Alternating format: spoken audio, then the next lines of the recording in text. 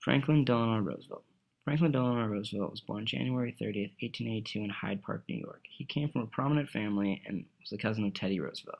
In 1900, he attended Harvard University and later became romantically involved with his fifth cousin Eleanor, who he would marry. At age 28, he ran for New York State Senate as a Democrat. He won through hard campaigning and the help of his name.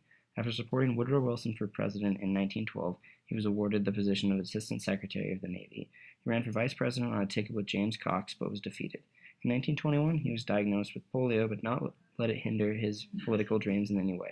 He won the position of governor of New York in 1928 and then beat out President Herbert Hoover for president in 1932. It was the midst of the Depression when he took office, with 13 million Americans unemployed. This was the greatest economic crisis in U.S. history and prompted FDR to put in place the New Deal. This was a group of programs to help improve the economy. With these programs, the economy slowly improved, but would not fully bounce back until World War II. Leading up to World War II, the U.S. was very isolationist, meaning it stayed out of foreign affairs as much as possible. This all changed when the Japanese bombed Pearl Harbor in Hawaii on December 7, 1941. This prompted the U.S. to get involved with World War II on the Allies' side, and with their help, the war was won for the Allies' side. Shortly after he won the election for his fourth term, FDR died of a brain hemorrhage on April 12, 1945.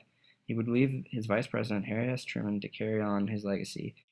FDR was the longest sitting president in U.S. history, and his legacy was one of great reforms. These reforms helped the U.S. out of the Great Depression, and some of the programs like Social Security and the Federal Housing Administration are still in place today.